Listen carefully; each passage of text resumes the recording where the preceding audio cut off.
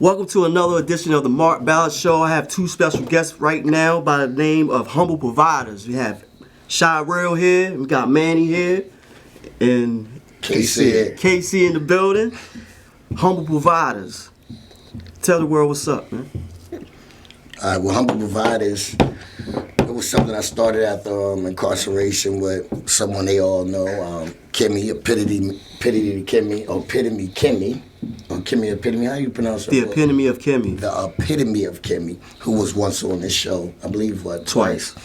And Humble Providers is more of like a transitional program where we reached out to some of the homeless, some of the mental ill, people who are trying to transition back into society. When we first came up with it, was because of me being incarcerated, knew the ins and outs of what one would need coming home, trying to get on, because it was hard. But then I realized when I got out here, being in society, there was people who have never been incarcerated, who was trying to transition from one stage to the next in life. Matter of fact, you was one of the first clients here in Maryland, and we always call you a success story. I remember pretty much when you came with us, the goals, the visions that you had, some couple of them I laughed at. Look at where you at today. We right here. This was one of your visions, having your own talk thing, and you here. So I mean, it's about giving back to the community instead of one that was just taken away. Absolutely. How can people contact you, and how can they be a part of Humble Providers? Okay, well, it's a couple ways. One of my main ways is something I call feet to the streets, and that is actually going out there, outreaching to the people that I see at Christian Shelter, that I see at Go Getters, that I actually see that wants to change.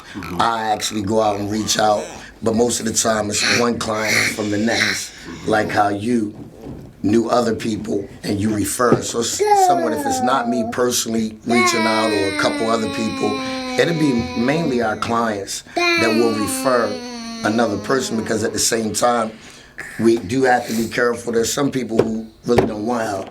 Absolutely. And I don't have a lot of time to be investing when I'm trying to get my own self where I want to be at in life on someone who is straddling the fence. And you know how I was with you. It's either this is what you want, I'm going to get behind you, but you have to be willing to walk yourself. Do the footwork yourself in some areas, right. I definitely appreciate Humble Providers to help me, to push me out here in the world to better myself, and that was the main objective, to better yourself in life, and I definitely appreciate Humble Providers. Shout out to Kimmy. What's up, Kim? What's up, Kimmy? The Epitome of Kimmy. And what's okay? Do you have to necessarily be on Social Security benefits or anything to be with Humble Providers? No, sir.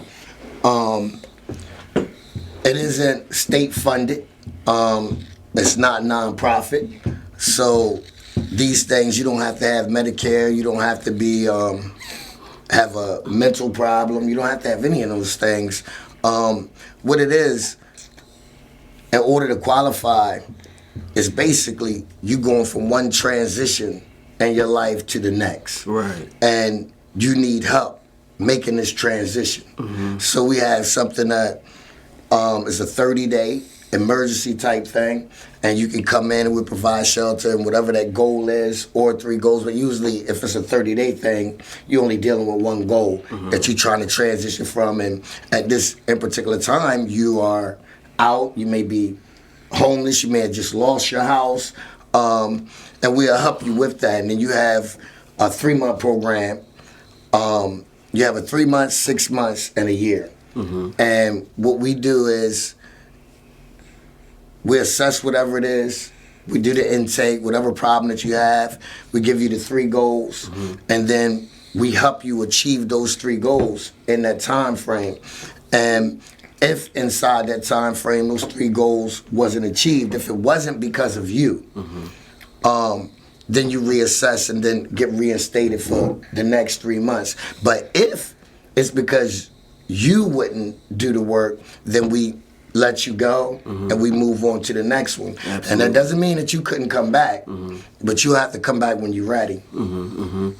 The people that's incarcerated need to really pay attention to this type of program right here, because some people might not have no place to go or anything, like as far as having a hard time getting yourself together. This is another source right here. Humble Providers would definitely get you on the right track, give you food, clothing, and shelter, so to speak. And it's definitely a good move for the community. I definitely salute you for that. You and Kimmy for giving me the opportunity to get my life together. I definitely appreciate that, for real. Manny, What's up, big dog? what's going on? Hey, listen, you make music, right? Yes, sir. Hold on for 1 second. Shirel, could you please give the people your contacts and all that stuff so they can contact you just in case they need to call you? Okay, you can reach out. Email address, Shirel, and that's SHAREAL 1973 edj@gmail.com, and that would be one of your easiest ways, just to email me. And we most definitely respond to every email and reach back out to you. That's a good look, for real. Okay, now, Manny, Yes, sir. you're an artist. Yes, sir. Can you tell me, okay, this is, I'm too, brother. of course, both of y'all are artists. Okay, HVSP. What does that mean, sir? That's your production. Humble Vibes Studio Production. Humble Vibe Studio Productions. Which is a spinoff from Humble Providers. We're together, we're one family. Humble Providers, Humble Vibes, Studio Productions. Everything remains humble. Absolutely. That's fly, for real. I like that. If there's any artist out there that wants to get a chance to record good music, Humble Providers, Humble Vibes Studio Productions is definitely open for that. Do you have phone number? Is the same phone number, email apply to the studio? I mean, they can contact Shirel's email, or they can contact me at itsmanny, manny410@gmail.com. Should I give my phone? No, I mean, that's why I didn't give my number. But could you tell them what we do there? We create music. We vibe. We learn. We do all that. You know what I mean? We are family there. You come there, you're gonna have that vibe. You get done what you need to get done. Absolutely. Who's your engineers? Me. Oh, you the man behind the board. We got my little sister Jazzy, Shirel's daughter. My She's daughter. coming up. Hey, Jazzy. It's a lot of learning. You can come Yep. there and learn. Do it. It's a lot of learning. Yep. And see what, to take it just a little step further, what we're trying to do with Humble Vibe Studio Productions, the Eastern Shore has a lot of talent, and it's still like undiscovered. We've been trying to collaborate and pull anyone and everyone from the Eastern Shore, which is Delmarva, Delaware, Maryland, and Virginia, and get a wave, get a sound. It doesn't matter whether I think or Manny think that you're hot or you're fire, because in a day's time, everybody has their own fan base. What I like, I might have 1 million that don't like. What I don't like, you might have 10 million that do like. So what we do is, Manny's good at what he do. I mean, Definitely a good artist. He's the reason why HVSP is HVSP, because I heard him, and I never thought that somebody half my age would be able to make music that would make me vibe to and listen to. And I seen the talent there, and I'm like, wow, here we go again. All this talent that people don't hear. We have ones, you know, that are out there that on the Eastern Shore that you hear, you know what I'm saying? But then you have ones like him, Solo, my daughter. I don't know if y'all seen, it was on, what's it on? It was on Facebook where DJ Rob, shout out to DJ Rob. What's up, Rob? DJ Rob. Who we collaborate with, who did an event out there behind Pemberton, basically, and had pretty much a few heavy hitters that was out there. And that was her first performance, and I watched how the youth pulled together and came out there with no fights, no arguments, no nothing, and it was different people in different organizations, you know what I'm saying, that normally, that if they was on the same grounds, that you would have chaos, but they came together under one common ground, which was music. That's good stuff. And everybody got a chance to present who they was. And this is what we're looking for with HVSP, to be able to bring the community together, bring the youth together and say, look, we can all get on one vibe. It doesn't matter where you came from. It don't matter whether you're from the east side. It don't matter whether you're from the west side. It don't matter whether you banging. It don't matter. None of that matters. But if we all can collaborate and get together, that we can do what ATL has done. We can do, New York introduced it. You know, the South came with their own wave. They came with their own dance. They came with their own sound. That's true, though. What can we do now? The Eastern Shore got a wave. The Eastern Shore has a sound. Yeah, definitely. It's a lot of talent down here.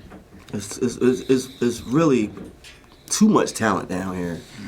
And we definitely in a region where we, like you said, we are overlooked and ignored. And like I said before, if you want to become an artist and serious about your craft, definitely holler at HVSP, Humble Vibes Studio Productions. What else do you want to talk about? Is anything that's on your mind that you want to let the masses know about? Either one of y'all? Well, there's a lot that we can Go ahead, shoot off. Go ahead. There's a lot that we can actually change topics on, but stay somewhat on the same topic. One, you brought up incarceration. For many that probably do know, that may watch this, I was one that did a total of 24 and a half years. I did 14 and a half the first time and came home for about 2 years and some change, and I went back and did 10 years.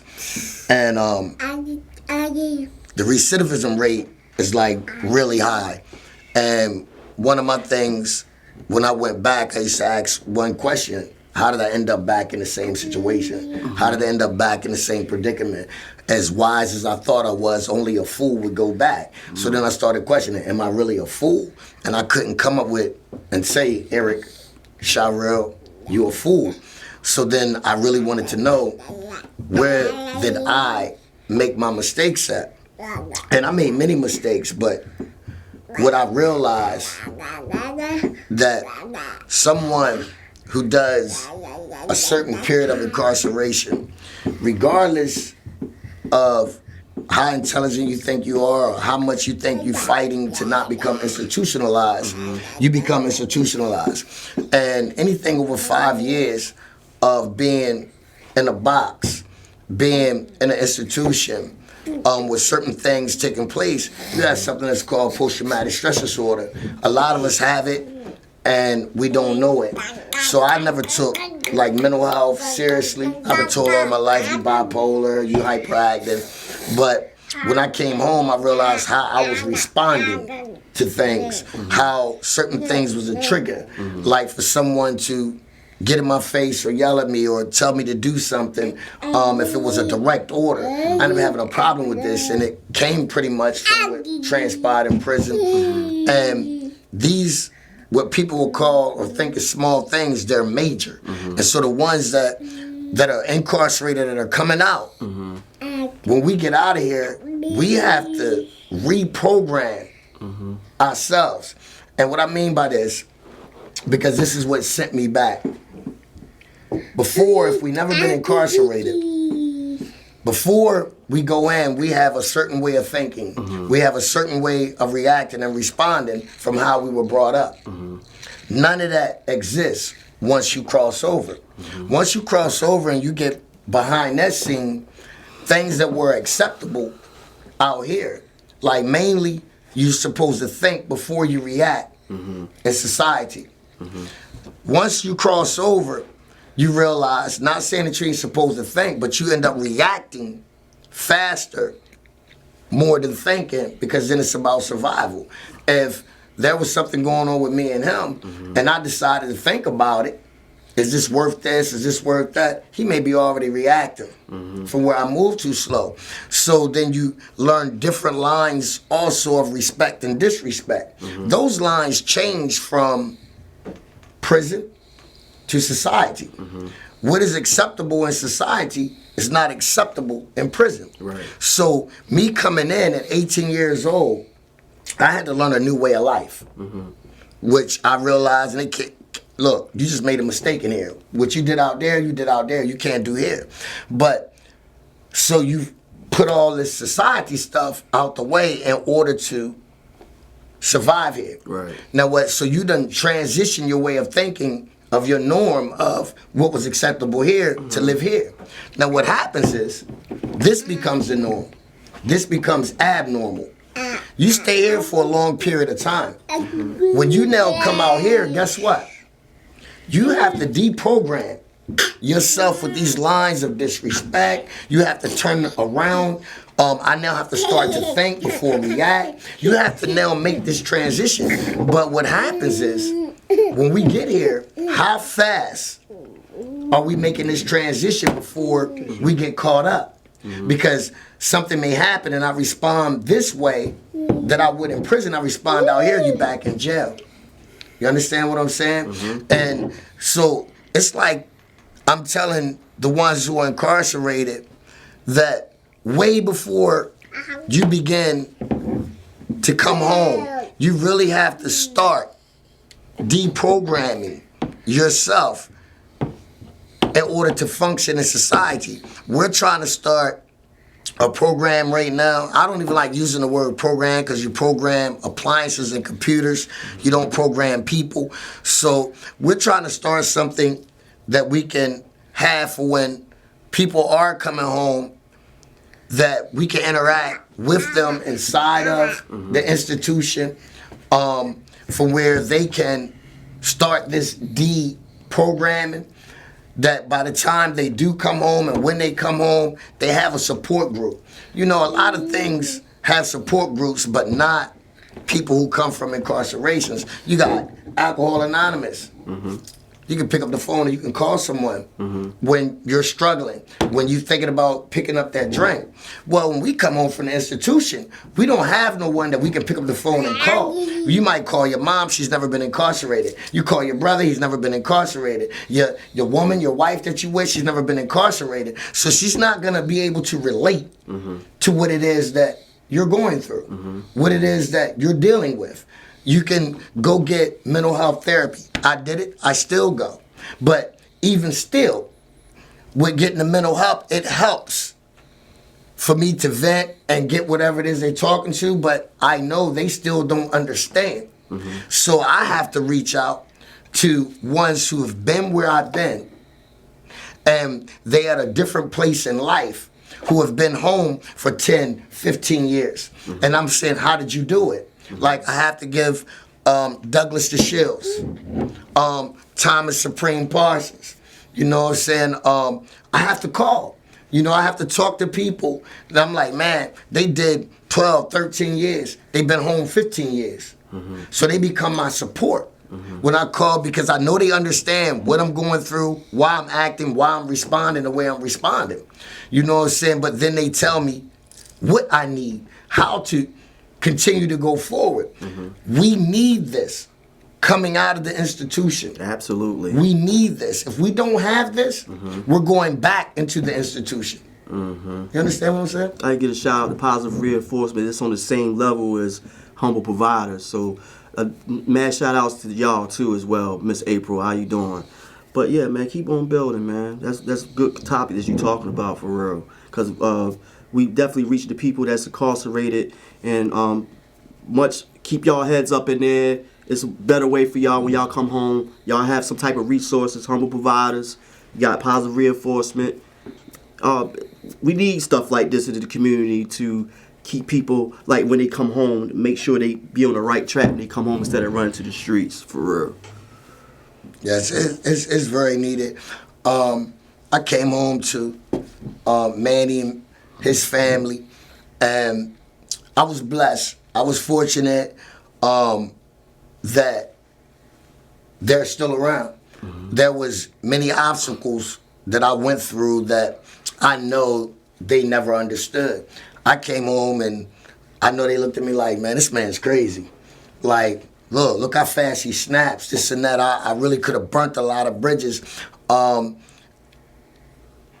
of the things that a lot of us deal with is suicidal thoughts. You know, I'm gonna be very real, be very open.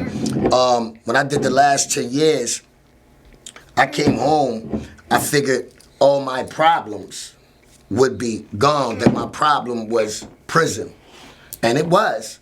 But I thought that when I stepped outside of the prison gate that would be done. No, when I stepped outside of prison, I brought prison with me because my mind was still in prison.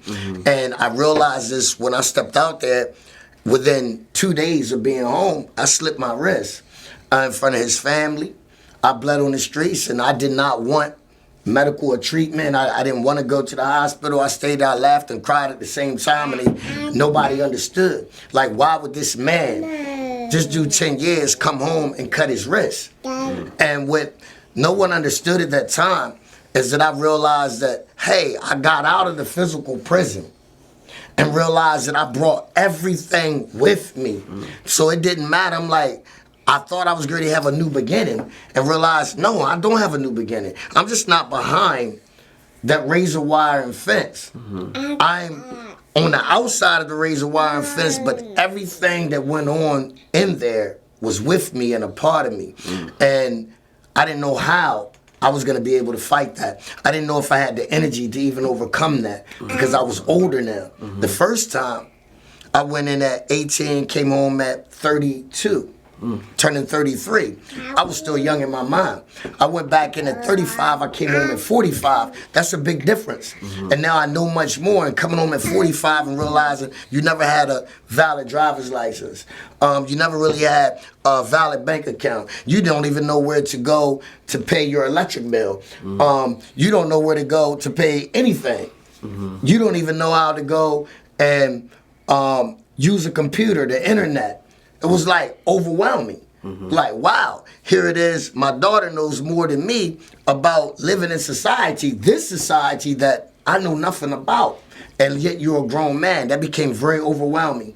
And what really became overwhelming, I couldn't talk to no one that I was around for them to understand because they hadn't been where I've been.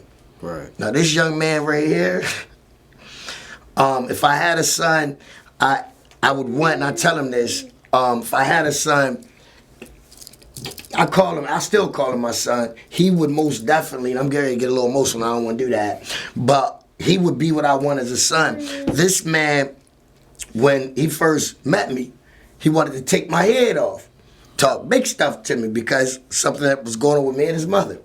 And I looked at this dude, man. I wanted him to, you hear me? Because he talks to, listen, man, this man talks some mean stuff to me, man, and was very calm with it, which was really blowing me. Oh, snap. But throughout these years, it was this same man, this young man, who looked past everything and seen what was in here. And it wasn't that he was riding against his family. He just knew that y'all got this wrong. And he stayed there, and he went through some things behind it. But when I look at it today, he's right there. That's one of my right hands. That's what's up. And we're starting a lot of things together to better ourselves and for the people. But it was very important for him. If I didn't have him that was on that side that I actually loved and knew that side didn't understand me, it would have been something that would have crushed me and broke me on another level. So I often look at Manny Fresh and I smile like, man, he don't know how much of a benefit he was for my survival and my existence today. And I got to give a shout out before we end this to my daughter. I have one daughter, Jazzy. She's an up-and-coming artist. She surprised me. She listened to me and Manny, never told us that she could rap, never told us she could do any type of engineering, and she just popped out on us one day. But she is most definitely a blessing. So to the fathers, I do want to say this. I also give a shout out to the Fathers Coalition, Inside Outside Dad, because it was very impacting. I'm a single father raising a daughter. But for the fathers, listen, my child is one of the biggest reasons why I'm becoming a success story today. So I want to say something to the fathers. This is his first child, which is most definitely a challenge. Man, step up to raise your kids. But what you'll find out, even though it's your duty in raising your child, it brings another part about who you are as a man. And it makes you accept responsibilities and change certain ways that you would never change. For me, raising a daughter, it has put a newfound perspective on women. It's put a new perspective on men and how we treat women and how women treat men, the things that I'm teaching my daughter with the boyfriends that remind me of me, and I'm looking like, huh?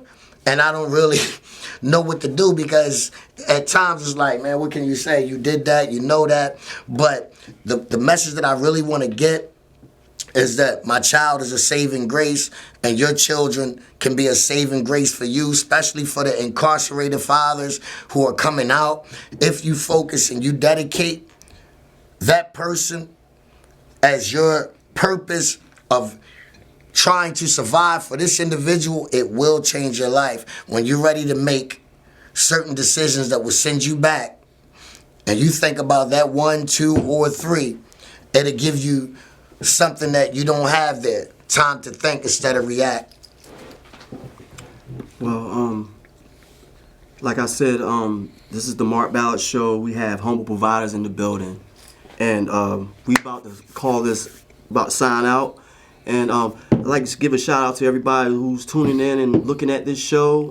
Enough respect to everybody who's trying to get their lives together, and there's always a better way for you if you put forth the effort to do so. Mad shout outs to Pack 14, Rat Fiend Radio, and everybody who's tuning in, man. Yeah, we about Salisbury, Maryland, Princess Anne, Somerset County, Wycomico County, the whole Eastern Shore, everybody, we in here. Mad shout outs to Piff and Rush the Guillotine, Rat Fiend Radio. We out, y'all. Peace. Shout out to Tour Moving. Yep. Shout out to Tour Magazine, Preem. Peace, all. Peace.